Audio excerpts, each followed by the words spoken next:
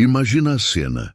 Você está numa reunião, no meio daquela explicação genial sobre o projeto que te consumiu por semanas. De repente, um colega te atropela para falar por cima. Ele não só quebra seu raciocínio, como descarta sua ideia com um gesto, como se não fosse nada. Naquele segundo, o sangue ferve. Sua ideia, que parecia brilhante, agora foi pro lixo, e você se sente invisível, desvalorizado. E o silêncio na sala parece concordar com o desrespeito. A vontade que dá é explodir, gritar para retomar seu espaço. Ou pior ainda, se encolher, engolir a frustração e deixar sua contribuição morrer ali. Já se sentiu assim? Cansado de ter que brigar por cada palavra, de sentir que precisa berrar para ser ouvido? Exausto daquela sensação amarga de impotência que fica remoendo na sua cabeça horas depois? E se, em vez de se irritar, ficar quieto ou explodir, você pudesse usar uma única frase, dita com calma, que não só cala a interrupção, mas faz todo mundo na sala, inclusive quem te desrespeitou, passar a te olhar diferente? E se eu te disser que o poder de verdade não está no volume da sua voz, mas na força silenciosa das suas palavras? É aqui que a gente pega um truque dos antigos estoicos, os mestres do autocontrole. Eles sabiam que respeito não se exige aos gritos, se comanda com postura, serenidade e precisão. Neste vídeo, vou te ensinar 5 frases inspiradas no estoicismo para você nunca mais ser desrespeitado. Não são truques de manipulação, são ferramentas de poder interno que vão virar o jogo na sua comunicação. Se prepara, porque depois de hoje, você não vai mais precisar levantar a voz para ser a pessoa mais respeitada da sala. A promessa. Mas antes de chegar nas frases, você precisa entender a filosofia por trás delas.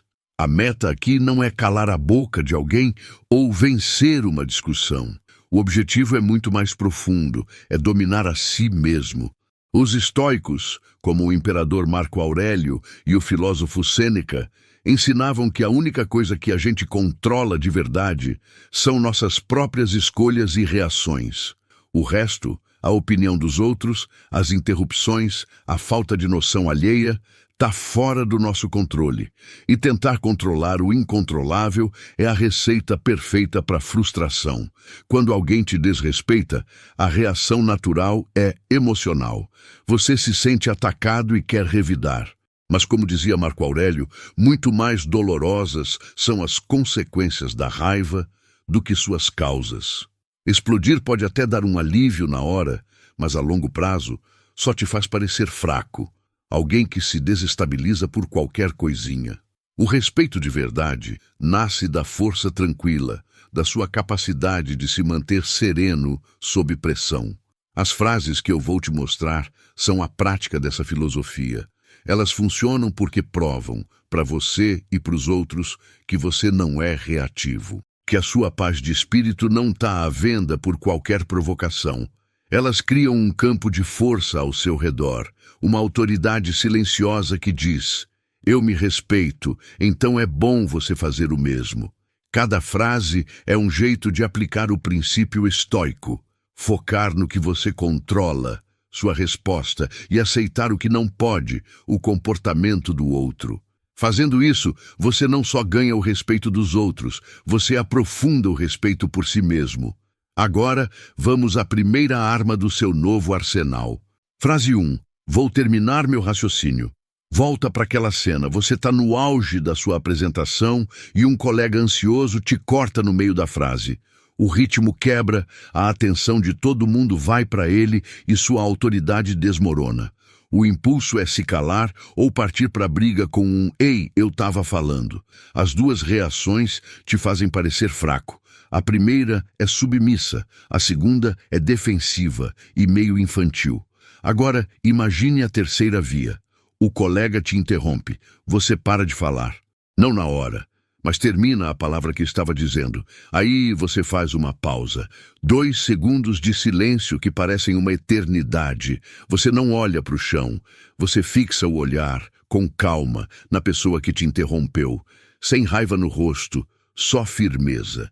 E então, com a voz clara, até um pouco mais baixa que o normal, você diz: vou terminar meu raciocínio. Não é um pedido, não é uma pergunta, é uma declaração. O princípio estoico por trás da frase. Essa frase é puro Epicteto na prática. Você não controla o impulso do seu colega de ser sem noção. Isso é dele, mas você controla 100% da sua resposta. Em vez de reagir com raiva, você escolhe uma resposta focada no seu objetivo, terminar o que começou. Como Sêneca escreveu, cala-te primeiro se queres que os outros se calem. A sua pausa estratégica é esse silêncio. Naquele breve momento, você não está sendo passivo, você está tomando o controle. Você mostra que não foi abalado, e a sua calma vira um espelho que reflete a impaciência e a falta de profissionalismo do outro. Ao dizer, vou terminar meu raciocínio, você não ataca a pessoa, você reafirma a ordem lógica da conversa. É como dizer, o que você fez foi quebrar a ordem, eu vou restaurá-la. O efeito psicológico e a mudança de poder. O efeito disso é poderoso. Primeiro, você quebra o padrão. O interruptor espera que você se encolha ou ataque. Ele está preparado para isso. Quando você oferece a terceira opção, calma e assertividade, você o desarma. Ele não sabe como reagir, porque você rasgou o script que ele esperava. Segundo, o poder da pausa. O silêncio, enquanto você mantém o contato visual, é uma demonstração de poder absurda. A atenção da sala, que tinha ido para ele, volta para você em suspense. A tensão no ar grita: opa, alguém quebrou uma regra social aqui, e você nem precisou levantar a voz. Terceiro, a linguagem. Vou terminar meu raciocínio, é impessoal. Você não disse, você me interrompeu, que foca no conflito pessoal. Sua frase foca na tarefa, no raciocínio, e isso te coloca como o guardião da lógica na sala, enquanto o outro vira só uma distração emocional. Exemplo, prático detalhado. Outro cenário, almoço de família. Você está tentando explicar por que decidiu mudar de carreira. Aquele seu tio gente boa, mas que adora dar palpite, te corta. Ah, mas na sua idade você devia pensar em estabilidade, não nessas loucuras. Eu, quando tinha a sua idade, o você de antigamente talvez ficasse vermelho, ia gaguejar uma defesa ou simplesmente desistir. O novo você, a versão estoica, aplica a técnica. Você deixa o tio falar um pouco. Quando ele parar para respirar, você o olha nos olhos, com seriedade, mas sem raiva, e diz com uma calma que corta o ar: tio, agradeço sua opinião, mas eu gostaria de terminar meu raciocínio sobre por que isso é importante para mim. O efeito é o mesmo.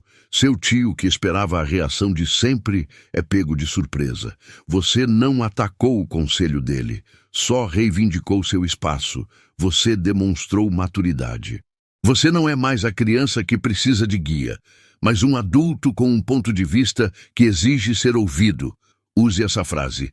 Ela é a primeira ferramenta para construir sua muralha de respeito. Frase 2. Essa é a sua opinião e eu a respeito, mas não a compartilho. Essa segunda frase é uma das ferramentas mais elegantes de blindagem emocional que existem. É a sua declaração de independência mental. Pensa num colega de trabalho que insiste que seu jeito de fazer as coisas está todo errado e quer te forçar a usar o método dele. Ou um amigo que não para de te encher o saco para você mudar de ideia sobre uma escolha pessoal e simplesmente não aceita um não.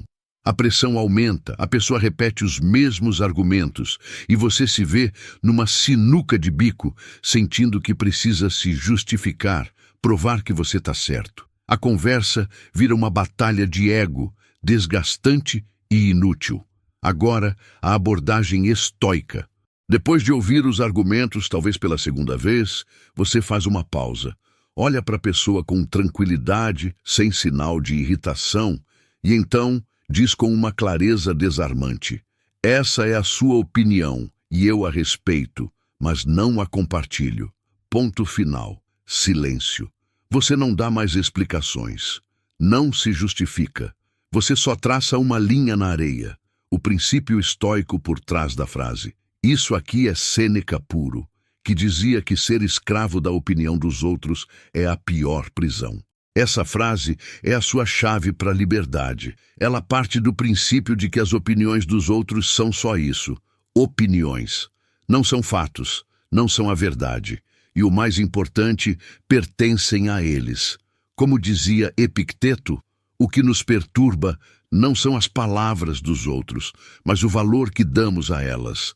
Ao dizer, essa é a sua opinião, você se distancia. Você separa o que é dela, a opinião, do que é seu julgamento. A parte e eu a respeito é a chave. Não é sarcasmo, é maturidade. Você reconhece o direito dela de ter aquela opinião, o que, ironicamente, fortalece o seu direito de ter a sua. A parte final, mas não a compartilho, é a afirmação da sua autonomia. É a declaração calma de que sua mente não está para alugar. Como Marco Aurélio escreveu, o objetivo é se manter de pé, não ser mantido de pé pelos outros. Essa frase te põe de pé. O efeito psicológico e a mudança de poder. O impacto é profundo. Ela encerra o debate sem criar um conflito. A pessoa que te pressionava fica sem ter onde se agarrar. Não pode te acusar de grosseria, porque você disse que a respeita. Não pode continuar argumentando, porque você não deu nenhuma brecha. Você não rebateu, só declarou que pensa diferente. A dinâmica muda completamente. A conversa deixa de ser sobre quem está certo ou errado e passa a ser sobre limites. Você comunica que a decisão final dentro da sua cabeça é um território soberano onde ela não tem jurisdição. Essa postura de respeito, mas não aceitação, é um balde de água fria em gente que usa a insistência para controlar os outros. O poder dela sobre você evapora. Exemplo prático. Detalhado, digamos que você adotou um estilo de vida mais minimalista. Um parente te visita e olha seu apartamento com reprovação. Mas você não acha que está exagerando? E se precisar de um carro? Você trabalhou tanto para ter suas coisas e agora está jogando tudo fora. Isso não está certo, é um retrocesso. A resposta antiga seria defender o minimalismo com unhas e dentes, numa batalha de vontades. A resposta estoica. Você ouve com atenção. Você olha para a pessoa com calma e diz: eu entendo sua preocupação, sei que vem de um lugar de carinho. Essa é a sua opinião sobre o que é uma vida segura, e eu a respeito, mas eu não a compartilho. Para mim agora, a paz que estou encontrando vale mais. Você percebeu a estrutura? Você validou a intenção, usou a frase central e reafirmou sua posição sem pedir permissão. O resultado? O parente se sente ouvido, o ataque foi neutralizado e a fronteira foi traçada. Ele entende que, embora você o ame, a vida é sua. A conversa pode seguir para outro assunto, com um novo nível de respeito. Você não só defendeu sua escolha, você ensinou a ele como te tratar. Frase 3. A sua forma de falar diz mais sobre você do que sobre mim. Essa aqui é a sua arma secreta. É para ser usada com precisão, em momentos em que o desrespeito vem no tom, no sarcasmo, na agressividade. É para desarmar a humilhação. Pensa num chefe que te critica na frente de todo mundo, com aquele tom de desprezo. Ou um parceiro que, no meio de uma briga, apela para a ofensa. Ou aquele amigo que faz uma piadinha maldosa disfarçada de brincadeira. O instinto é se defender do conteúdo. Se o chefe critica seu trabalho, você defende o trabalho.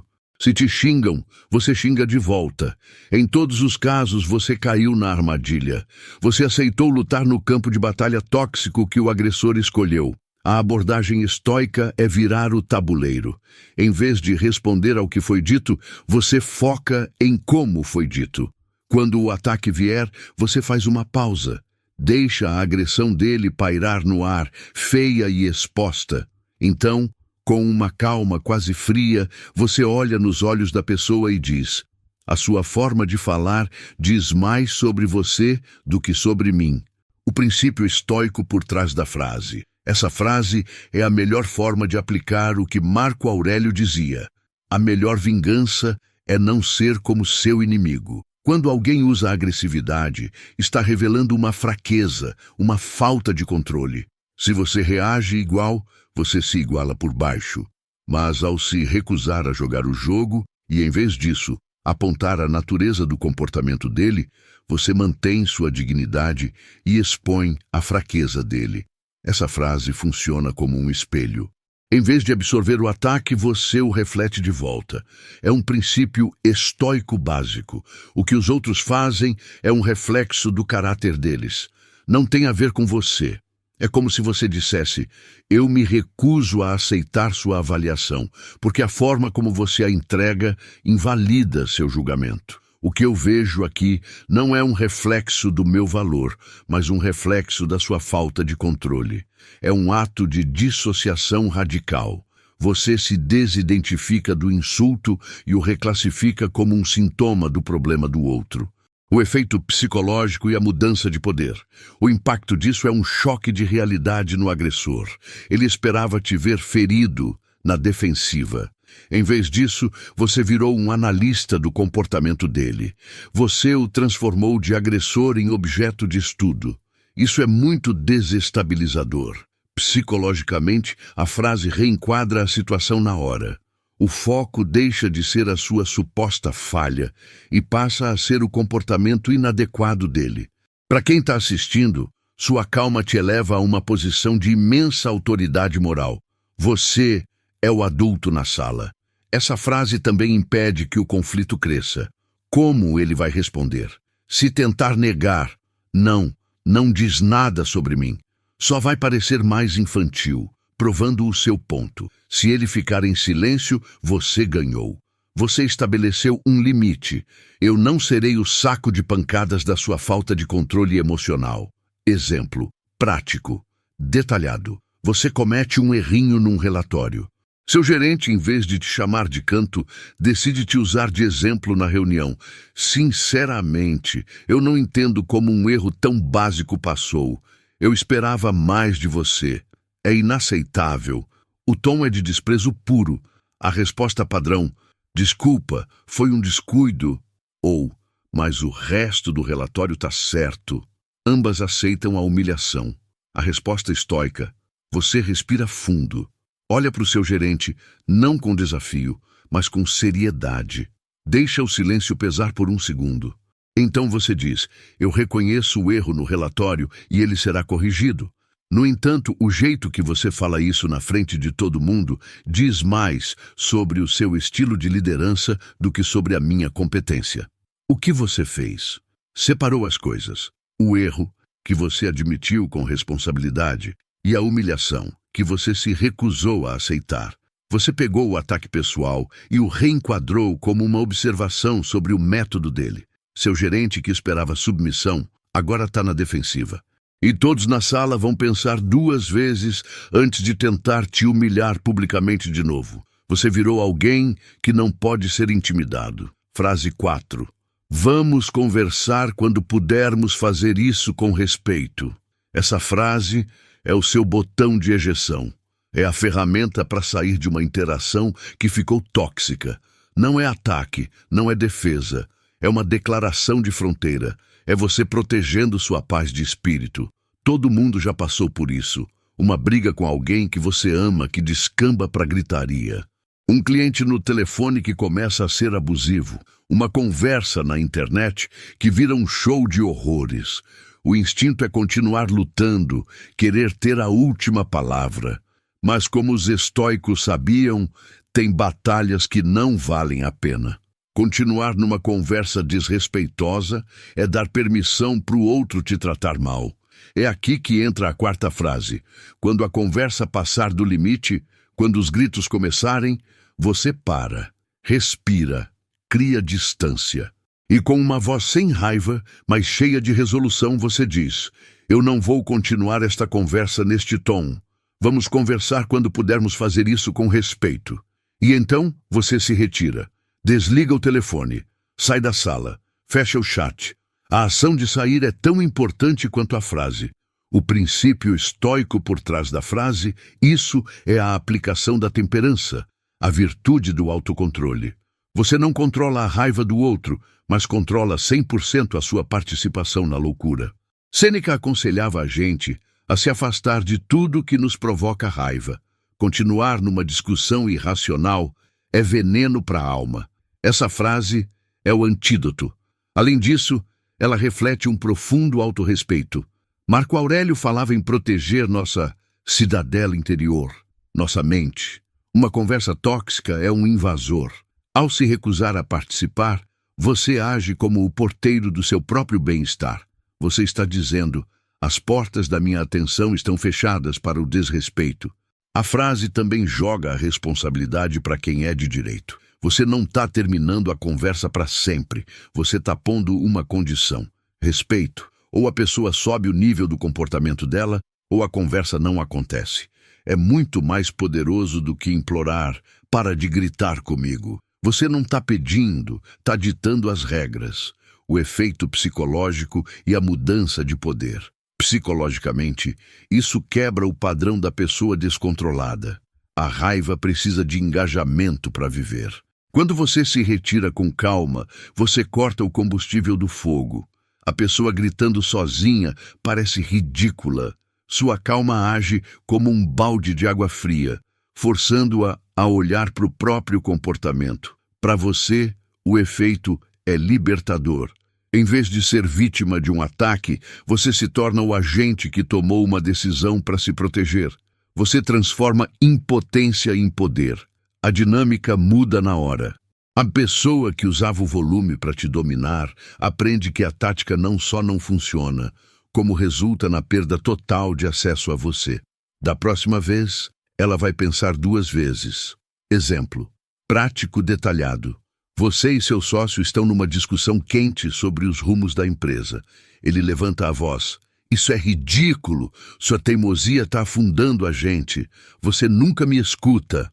Ele bate na mesa. A reação antiga seria gritar de volta. Uma guerra que não leva a lugar nenhum. A resposta estoica: você se recosta na cadeira, respira. Encarando-o com uma seriedade firme, você espera ele terminar a frase.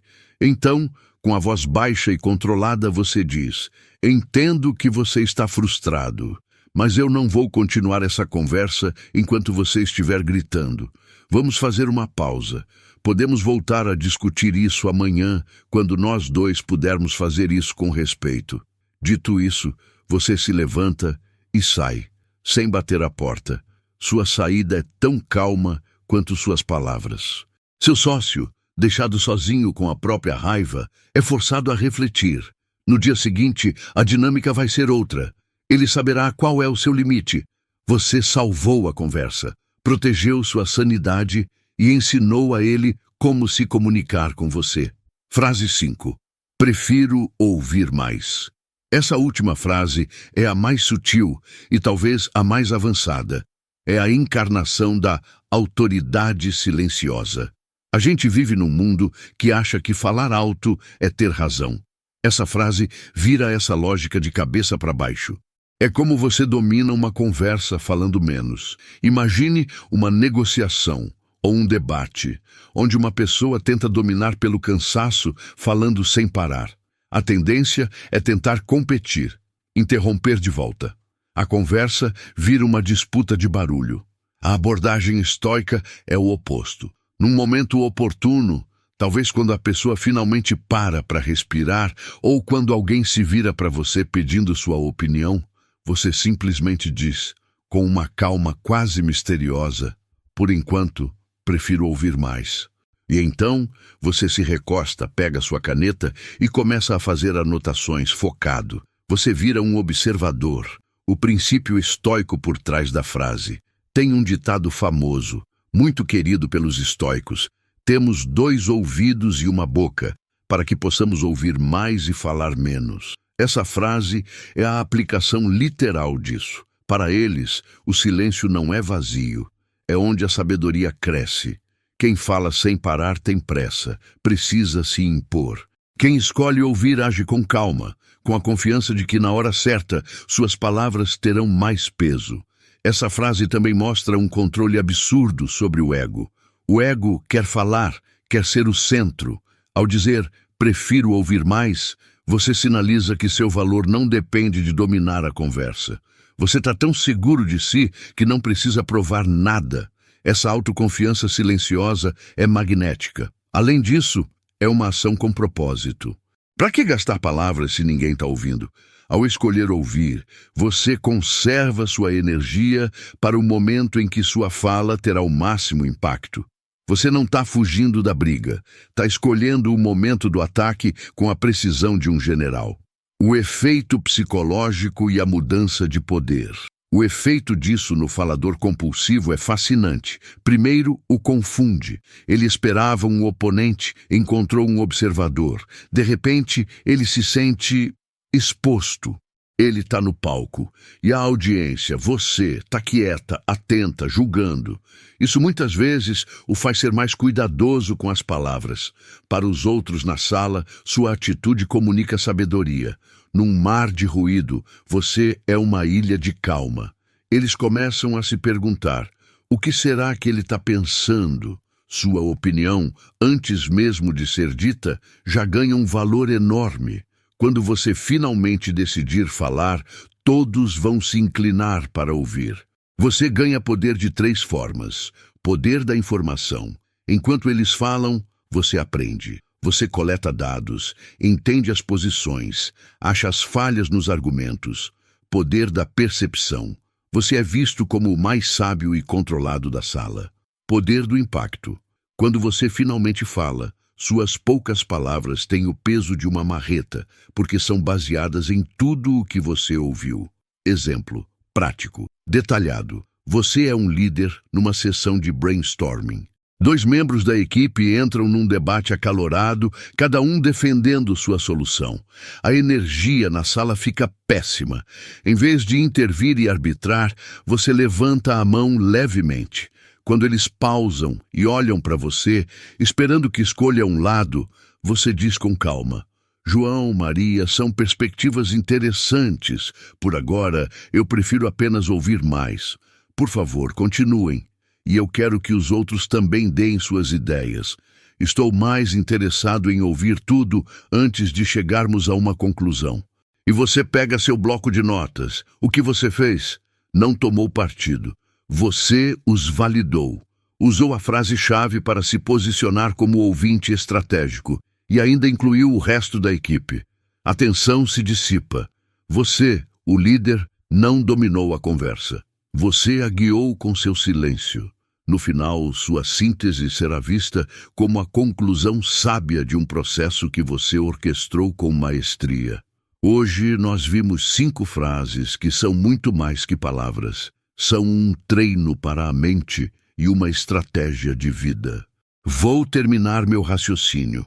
Essa é a sua opinião e eu a respeito, mas não a compartilho.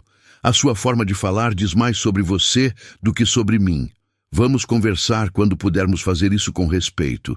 E prefiro ouvir mais.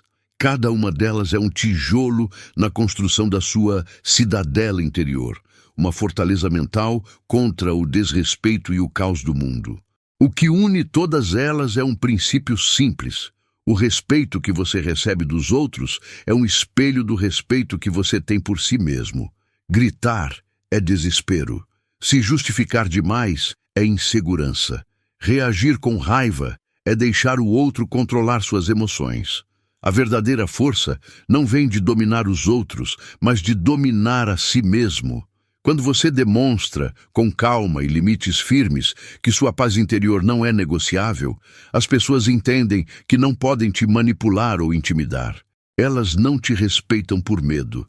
Elas te respeitam porque admiram seu autocontrole.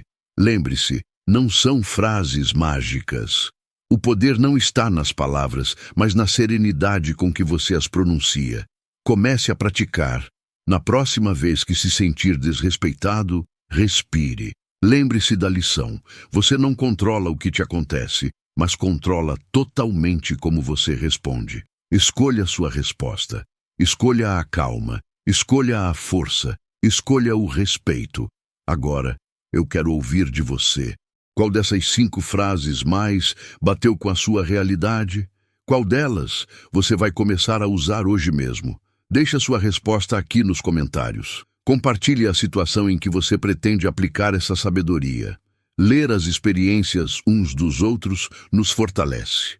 E se este vídeo te ajudou a encontrar uma nova ferramenta para uma vida com mais respeito, mostre seu apoio. Inscreva-se no canal e ative as notificações, porque nossa jornada para se tornar inabalável está só começando. Obrigado pela sua atenção e a gente se vê no próximo vídeo.